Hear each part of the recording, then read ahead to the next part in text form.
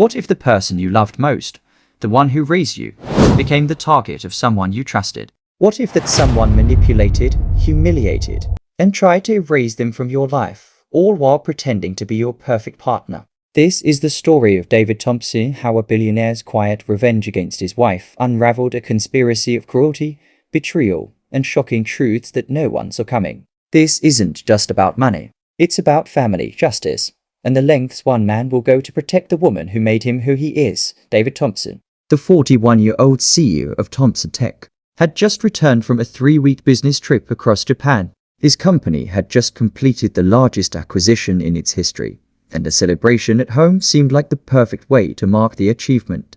The sleek black Mercedes hummed softly as it slid down the circular driveway of his grand Malibu mansion, its polished surface gleaming under the California sun. David's mind, however, was not preoccupied with the recent business success. Instead, his thoughts were focused on Ruth Williams, the woman who had saved him from an uncertain future when he was just 9 years old. Ruth wasn't his biological mother, but she had been the only real mother he had ever known. When the adoption system placed him in her modest home on the south side of Chicago, Ruth was a retired nurse living off a small pension. Yet, despite the limited resources, she worked extra shifts at hospitals to ensure David could pursue his passion for technology.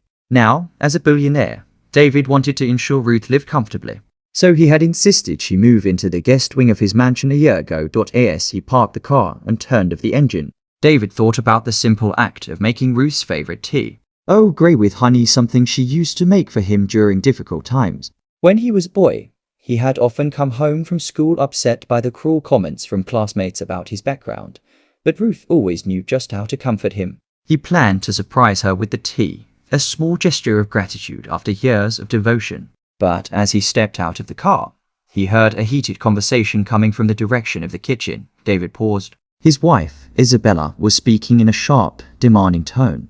"I've told you not to use the front entrance when I have guests. What kind of impression does that give to my clients' wives?" Isabella's voice was filled with disdain. Ruth's response came softly, almost in a whisper. "I'm sorry, Mrs. Isabella. I just wanted to." The words stopped David in his tracks. "Maid," Isabella's voice cut through the air like a knife. "You're not a queen here. You're a maid. You're lucky we even let you live in this house." David's stomach twisted, and his heart sank. Ruth had raised him like her own son, and now Isabella, his wife, was belittling her in the very house David had built. He stood frozen behind the Italian marble column, unable to move, as he listened to the cruel tirade unfold. "I'm not a maid." Ruth's voice trembled but held a thread of dignity. "David invited me here as family." Isabella's cruel laughter echoed through the kitchen. "Family?" A black woman from Chicago who picked him up from an institution when no one else would. "Please. You were paid by the state to take care of him like a nanny." David's blood ran cold. Ruth had never once mentioned the state's assistance in his upbringing. She had been his mother in every sense of the word, offering love and sacrifice when no one else cared. Yet Isabella's words made it clear she had never seen Ruth as anything more than an inconvenience. The conversation continued, but David's focus had shifted. He had been so caught up in his work, so busy with business deals and meetings, that he had never once stopped to fully notice how Ruth had been treated in his absence. Isabella's tone grew colder with each word. "And another thing," she snapped. "Stop leaving your hair in the bathroom drain. It's disgusting. From now on, you'll use the bathroom in the basement." "It's the least we can do." David stood motionless, unable to comprehend what he was hearing. He had given Ruth the guest wing to make her feel comfortable, to make sure she felt like part of the family. But now Isabella was relegating her to the basement. A cold, dark space with no warmth or comfort. Simply because Ruth had dared to challenge the unwritten rules of the house. David's eyes closed in pain as he tried to process the betrayal unfolding before him. He had trusted Isabella, believed that the woman he loved would treat Ruth with the respect she deserved. But this was something else entirely. The love, the devotion Ruth had given him for so many years, none of it seemed to matter to Isabella. Ruth had always been more than just a caretaker. She had been his mother, and now she was being humiliated in the very home David had built with his success. David stood in the doorway, torn between anger and disbelief. Ruth was seated at the kitchen island, her frail hands trembling as she tried to sip the cold tea that had once comforted him during his hardest days. She had always been the embodiment of strength, Yet here she was, reduced to a shell of her former self by Isabella's cruelty. Her dignified silence, as she clutched the cup, broke David's heart in a way he hadn't anticipated. Isabella's voice still echoed in the background, but David couldn't focus on her. All he could hear was the sound of Ruth's sorrow. Family? A black woman from Chicago pretending to be a mother to a billionaire. Isabella had mocked. Her words were venomous, meant to strip Ruth of any semblance of dignity. David's stomach churned. The woman who had raised him with love, patience, and sacrifice was now being treated as an outsider, a mere servant in his own home. It was incomprehensible. As Isabella continued her tirade, David's mind flashed back to the years of Ruth's unwavering support, the countless sacrifices she had made so he could pursue his dreams, working long shifts, sometimes 3 jobs at once, just to make sure he had every opportunity. Ruth was the one who had stayed up late helping him with school projects, who had comforted him when he was bullied for being adopted. And now she was being reduced to nothing more than a housekeeper in the mansion she had helped build with her love and dedication. The words from that day, when he was 9, flooded his mind. Ruth, sitting beside him on the old sofa in their small Chicago home, telling him, "Never forget where you came from, baby. No matter how big you get, always remember who helped you get there." It was advice he had lived by until now. Until he had allowed his wife to humiliate the one person who had given everything for him, David felt a sense of shame and guilt wash over him, mingling with the deep anger he felt toward Isabella. He had let it all slip under the radar, too focused on his success to notice the cracks in the foundation of his home life. He had thought that Ruth was happy here, that she was part of the family. But the reality of how she had been treated in his absence was something he couldn't ignore any longer. He took a deep breath, fighting the wave of emotion that threatened to overwhelm him. He couldn't confront Isabella just yet, not without proof. He needed to see what had been happening when he wasn't around. He needed to understand the full extent of the damage she had caused. David retreated to his office and opened the security app on his phone. The mansion was equipped with cameras in every room, including the kitchen. He spent the next 3 hours reviewing weeks of footage, watching Isabella's treatment of Ruth unfold like a dark and disturbing movie. Each video revealed a new layer of cruelty that made David feel more and more disgusted with himself for not noticing sooner. One video showed Isabella forcing Ruth to eat cold leftovers in the basement while she dined on gourmet meals in the main dining room. Another clip showed Isabella hiding the remote control for the heater, leaving Ruth shivering in the cold during a particularly chilly California night. But the most heartbreaking footage was from 2 weeks ago. Ruth had prepared a special dinner to celebrate the anniversary of her adoption, a simple but heartfelt gesture, complete with candles and a homemade cake. When Isabella came home, she didn't even acknowledge Ruth's effort. Instead, she made cruel comments and threw the cake in the trash before forcing Ruth to clean up the mess. David was shaking by the time the footage ended. How had he missed this? How had he allowed Ruth to be treated this way, all in the name of maintaining the facade of a perfect family? But it was the security footage from the previous week that shattered him completely. He had called home to check in on Ruth, asking if she had enjoyed the surprise he had arranged for her: flowers, a special dinner, and a small gift. Isabella had lied to him effortlessly. "Oh, she loved it, honey." She was so moved, she had said, her voice dripping with false emotion. "You should have seen it," she said, to the best son a mother could have. David knew the truth now. Ruth hadn't been moved by the surprise. She had cried, but not out of joy. She had cried because of the humiliation, the loneliness, the isolation. And while Isabella pretended to be the doting wife, she had been systematically tearing down the woman who had been a mother to David for over 3 decades. David closed his laptop, his hands trembling. He felt like he was suffocating. How could the woman he had married, the woman he had trusted, be capable of such cruelty? But Isabella wasn't just hurting Ruth. She was planning something even worse, something that would permanently remove Ruth from their lives. David's blood ran cold as he sifted through the evidence of Isabella's cruelty. It wasn't just the physical mistreatment of Ruth that unsettled him, it was the meticulous, calculated nature of it all. Ruth wasn't just being treated poorly because of Isabella's jealousy or disdain. Isabella had been orchestrating a systematic campaign to remove her from their lives entirely. The deeper David dug into the security footage, the clearer it became. Isabella had been plotting Ruth's downfall for months, and now David had irrefutable proof. In the most damning footage, Isabella was seen making cruel comments about Ruth's place in their home, as if to justify her treatment. But it was the recordings from a private group chat that truly made David's stomach churn. As David reviewed the messages from Isabella's WhatsApp group, he felt his chest tighten with anger. The group, titled Malibu Elite Wives, was a collection of wealthy women who shared their opinions and gossip about everything from fashion to family. But in Isabella's case, the conversations weren't just idle chatter, they were a collection of degrading remarks and plans to eliminate the problem of Ruth. One particular message stood out. Isabella had written, "I'm getting tired of this. Ruth is getting more confused every day. Yesterday, she tried to use the master bathroom again. I had to remind her where she belongs." Her friend, Jennifer Walsh, responded, "At least you have patience, dear." I would send her back to the ghetto where she belongs. David felt his heart race as he read further. These women, these people who lived in the lap of luxury, had become so accustomed to their privilege that they viewed Ruth, who had raised him, as nothing more than an inconvenience, a relic of a past they wanted to erase. He read more messages, each one more disturbing than the last. Patricia Sterling, another member of the group, had written, "I'm all for charity, but there's a line. These people need to know their place."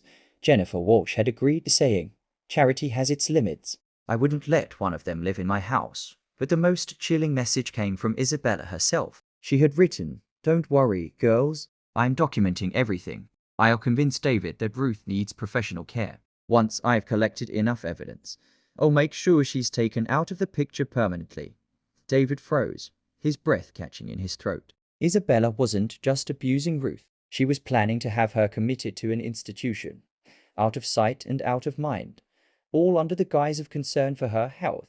The words felt like a slap to his face. His own wife, the woman he had married, was planning to erase Ruth from his life entirely. David knew that if Isabella succeeded, Ruth would be placed in a facility, stripped of her autonomy, and cut off from the only family she had left, David himself. But David wasn't going to let that happen. The next day, he called in a private investigator, Marcus Rivera, who had once worked as an LAPD detective before transitioning to a career in domestic abuse and family fraud. David needed someone who could help him navigate the murky waters of this betrayal and gather the evidence necessary to expose Isabella's plan.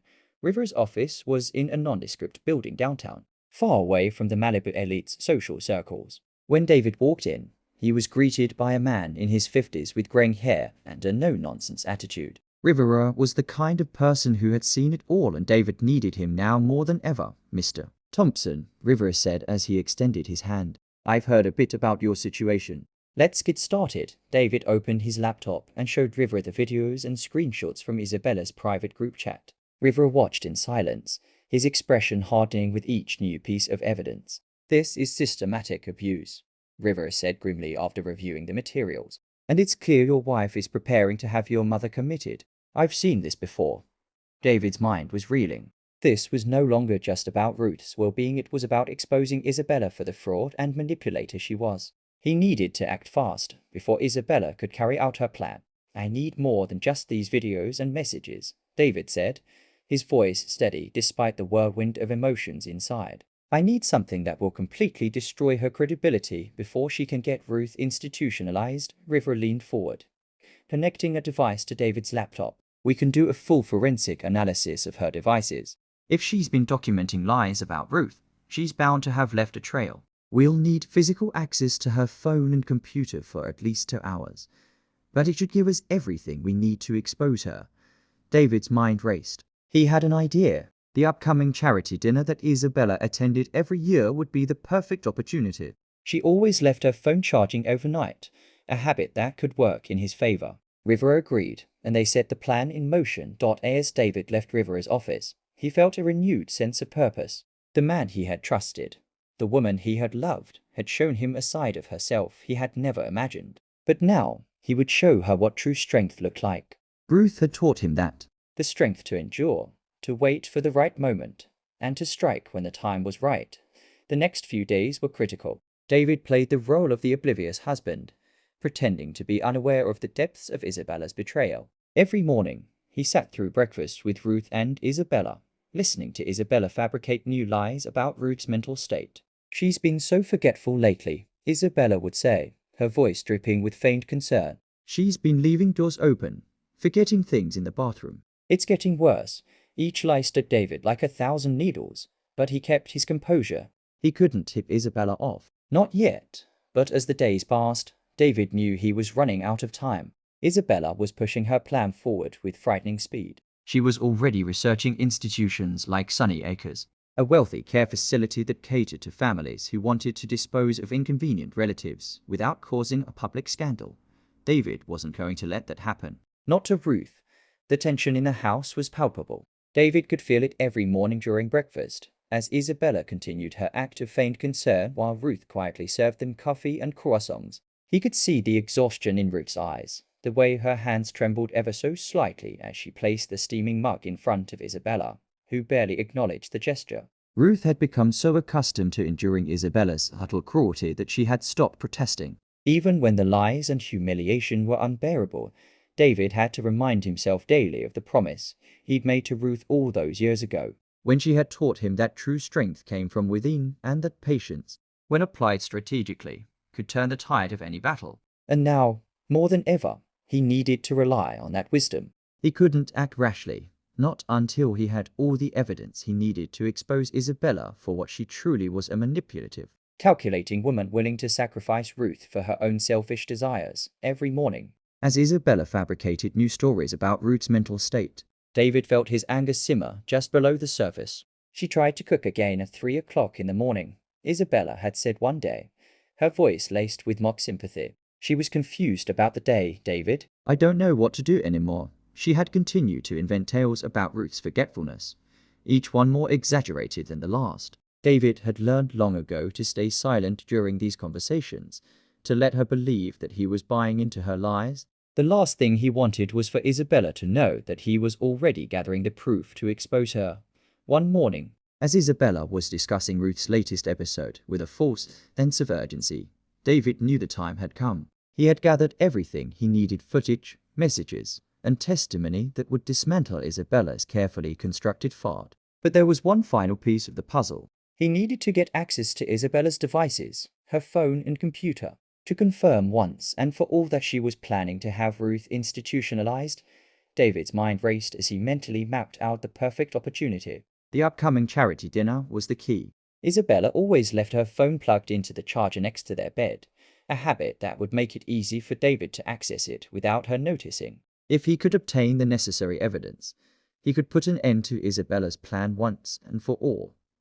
The night of the charity dinner, David felt a sense of quiet determination.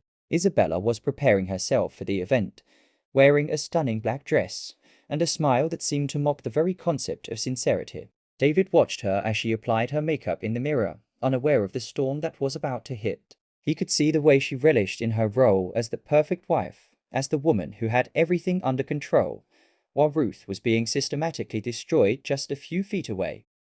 As Isabella left for the dinner, David waited until the house was silent, then quietly made his way to their bedroom. He moved with purpose, knowing that this was the moment that would either expose Isabella's lies or confirm that he had been living in a fantasy world all along. The phone sat there on the charger, just as he had expected. He hesitated for a moment, then picked it up, unlocking it with the password he had learned over the years. What he found on the phone was more than he had anticipated. There, in a hidden folder, were images and messages that detailed Isabella's plan to have Ruth committed. The worst part was that it wasn't just Isabella's private chat group that was involved. There were emails to lawyers and doctors, all aimed at getting Ruth's dementia diagnosis pushed through, so they could legally remove her from David's life for good. David's hands shook as he read through the correspondence. The level of deception, the cold calculation in every message, it was worse than he had imagined. But it was also the proof he needed. With this, he could end it all. Isabella's game of manipulation and cruelty would be exposed for everyone to see, but David wasn't finished. He knew that this wasn't just about proving Isabella's actions.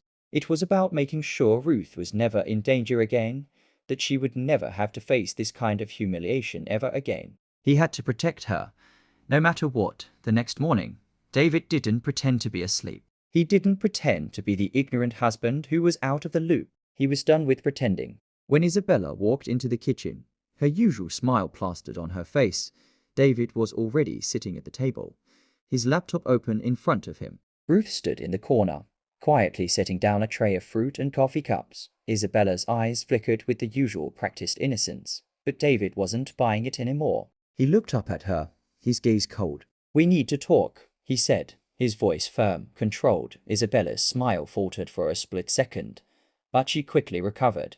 "Of course, honey," she said, her tone too sweet to rehearsed. "What's wrong?" David didn't waste time. He opened the laptop and pushed it toward her. "This," he said simply. Isabella's face went pale as she saw the evidence on the screen: images, messages, and emails that laid bare her plans to have Ruth institutionalized. David watched as the color drained from her face, as her facade of perfect wife crumbled in an instant.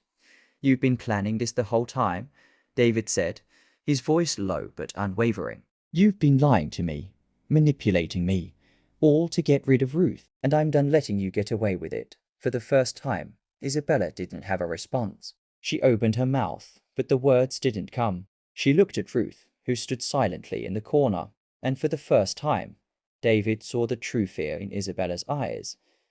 "You're right," David continued. Ruth has always been my family. "She raised me when no one else would. She loved me when no one else did. And if you think for one second that I'm going to let you tear that apart, you're gravely mistaken." Isabella's eyes darted around the room, searching for an escape, but David wasn't giving her one. Ruth, still standing in the corner, glanced at David, her eyes filled with something that looked like relief. David turned back to Isabella. "You've hurt Ruth in ways you will never be able to undo, but I'm going to make sure you pay for it."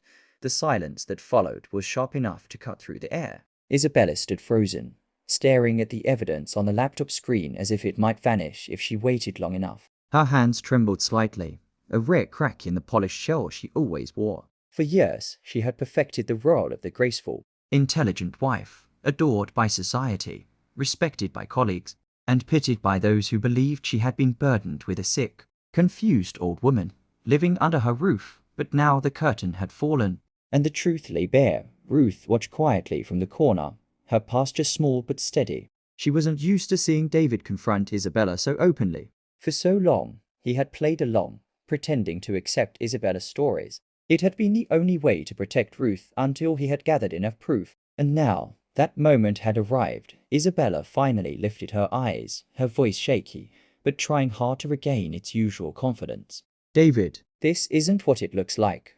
She forced a smile that didn't reach her eyes. "You don't understand the pressure I've been under." "I was only trying to help," David interrupted sharply. "By locking her out of her own home, by telling people she was losing her mind, by preparing medical documents without her consent." "That's what you call help?" Isabella's breath hitched. She had expected anger, maybe even tears. But she hadn't expected this cold clarity.